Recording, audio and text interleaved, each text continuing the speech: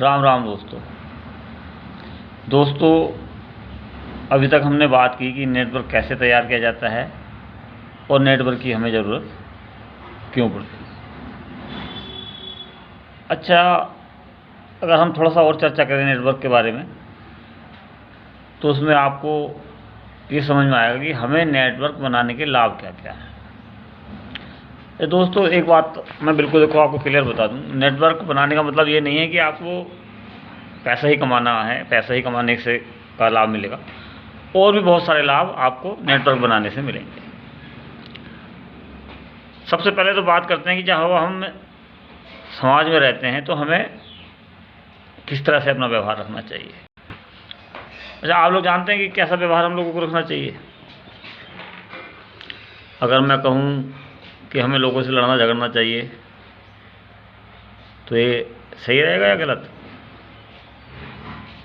वैसे दोस्तों, सच्चाई तो यह है कि अगर हम लोगों से लड़ाई झगड़ा करेंगे तो हम सामाजिक नहीं कहलाएंगे, फिर हमें नेटवर्क बनाने में दिक्कत होगी। तो सबसे पहला नियम तो यही है कि हमें किसी से भी लड़ना झगड़ना नहीं है, वो चाहे हमारा घर का परिवार का हो या कोई बाहर का हो।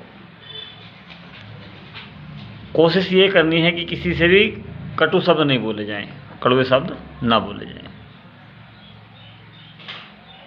लोगों की मदद की जाए यथासंभव, जैसा कि हम लोग जितना कर सकते हैं।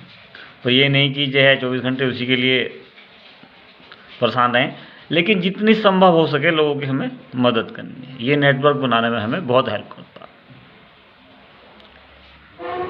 लोगों के दुख सुख में शामिल हुआ जाए, उनसे हमेशा वार्तालाप रखा जाए। ये कुछ ज़रूरी काम होते हैं नेटवर्क बनाने में। अब नेटवर्क बनाने के लाभ क्या क्या हो सकते हैं, आप खुद अनुमान लगा सकते हैं इस चीज़ से कि जब आप किसी की मदद करेंगे तो क्या लोग आपकी मदद नहीं करेंगे। जब आप किसी को समय देंगे तो क्या लोग आपको समय नहीं देंगे। लेकिन एक सिस्टम के तहत सिस्टम बना के रखना पड़ता है। देखिएगा, बहुत ज़्यादा भी किसी के मामलों में इन्वॉल्व नहीं होना है और बिल्कुल शून्य भी नहीं होना है। तो एक मतलब अपने आप को संयम के साथ लोगों से मिलना जुलना है और अपने व्यवहार में कहीं से कहीं तक भी कड़वापन नहीं लाना है, कटु शब्द नहीं किसी को भी कहने हैं। और बहुत ज़्यादा घुलना मिलना भी किसी के साथ ज़रूरत नहीं है। बहुत ज़्यादा घुलने मिलने का मतलब ही फिर आप गलत यूज़ कर लिया जाएगा। तो दोस्तों, बिल्कुल नॉर्मल रहिए, आप सबके साथ अच्छा व्यवहार रखिए, चाहे वो परिवार का हो या गैर परिवारी हो। और अगर संभव हो सके तो थोड़ा थोड़ा समय आप समाज में बैठकर भी बिताइए, लोगों से मिलिए। अगर आपके घर कोई नहीं आ रहा है तो आप दूसरों के घर जाके, जैसे कहीं 4-5 लोग बैठते हैं, 10 लोग बैठते हैं, तो उनमें आप जाके बैठ सकते हैं। लेकिन वहाँ भी आपको बहुत मतलब सोच समझ के बात कहनी है, यानी कि इस ज़बान पे अपनी कंट्रोल रखना है। क्योंकि बहुत लोग भी जानते हैं इस चीज़ को कि ज़बान ही हम लोगों में प्रिय भी बना देती है और ये ज़बान ही हमें लोगों में कड़वा भी बना देती है, मतलब खतरनाक भी बना देती है कि यार ये बंदा तो कुछ भी बक देता है, ऐसे वाला भी बना देती है। तो दोस्तों, इस ज़बान पे बहुत ज़रूरी है कंट्रोल रखना। अगर आप 10 लोगों में बैठ के गलत बात करेंगे तो आपकी जो मतलब इमेज बनेगी वो गलत ही बन जाएगी। और बहुत अच्छी बात आप करेंगे 4 लोगों में बैठ के तो आपकी इमेज अच्छी बन जाएगी। तो दोस्तों, इस ज़बान से हम लोगों को अपना भी बना सकते हैं और लोगों को दुश्मन भी बना सकते हैं। तो इस ज़बान पे सबसे पहले हमें कंट्रोल रखना है। अब लाभ क्या क्या है ये भी आपके समझ में आ गया होगा कि भाई हमें अगर नेटवर्क बनाते हैं, हम लोगों में बैठते उठते हैं तो हमारा नेटवर्क आसानी से बनता है। हम लोगों में उठते बैठते हैं तो वो हमारे सुख दुख में काम आते हैं। हम लोगों से मिलते जुलते हैं तो हमारा कोई भी काम पिछड़ता नहीं। इस ज़बान से लोगों को अपना बनाना है, अपने व्यवहार से लोगों को अपना बनाना है। किसी से लड़ाई झगड़ा नहीं करना है, मैं बार बार यही कह रहा हूँ। किसी को भी गलत नहीं बोलना है और किसी के साथ बहुत ज़्यादा घुलना मिलना भी नहीं है। दोस्त भी बनाइए, आप समाज में रहते हैं तो दोस्त भी बहुत ज़रूरी हैं। उन दोस्तों से बिल्कुल दोस्ताना व्यवहार रखिए और कभी भी लालच मत कीजिए किसी भी तरह का। कभी भी ये उम्मीद मतलब कर लेके मत रहिए कि यार ये मेरे लिए हेल्पफुल हो जाएगा। आप अपना काम अपने आप कोशिश कीजिए कि ज़्यादा से ज़्यादा काम अपने आप कर सकें, लोगों की मदद की ज़रूरत ना पड़े, लेकिन बहुत ज़्यादा किसी से उम्मीद भी मत रखिए ये बंदा मेरा काम करा देगा। लेकिन आप कोशिश कीजिए कि आप सबके काम आ सके। ये एक बहुत अच्छे व्यक्तित्व की पहचान होती है। अच्छा व्यक्तित्व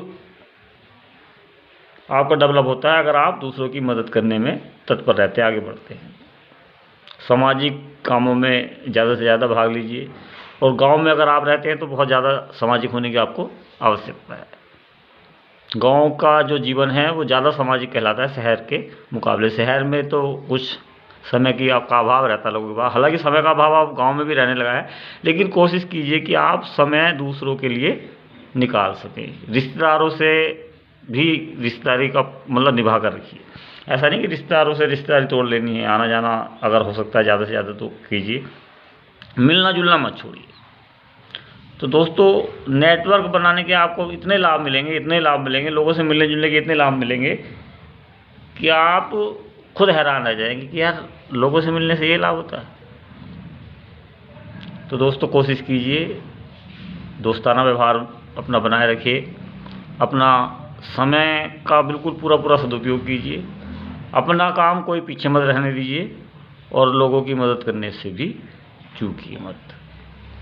यही एक आसान तरीका है लोगों के दिलों में जगह बनाने का, सफल होने का और एक अच्छा सामाजिक आदमी कहलाने का। अगर आप ये सब कर सकते हैं तो आप बहुत बढ़िया नेटवर्क, बहुत बेहतरीन नेटवर्कर बन सकते हैं, बहुत बढ़िया नेटवर्क आप डेवलप कर सकते हैं। शर्त वही है कि व्यवहार आपको मधुर रखना पड़ेगा। और थोड़ा सा इस बात का भी ध्यान रखना है कि ये आप समझिएगा कि कौन आपका लाभ उठा रहा है, कौन आपका आपसे मतलब फ़ायदा उठा रहा है और कौन आपको केवल इस्तेमाल कर रहा है।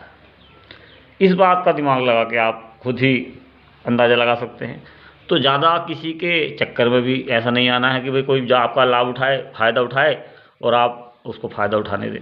तो दोस्तों कुल मिलाकर कहने का मतलब ये है कि आप अपने व्यवहार में मृदुलता लाएंगे तो आपको लोकप्रिय होने से कोई नहीं रोक सकता। लोकप्रिय होने का मतलब ही नेटवर्क बनाना हो जाता है, नेटवर्क अपना आप बनता चला जाता है। तो लोकप्रिय अगर बनना है तो थोड़ा सा नरमी अपने व्यवहार में लानी है, लोगों के लिए, लोगों के काम आना है और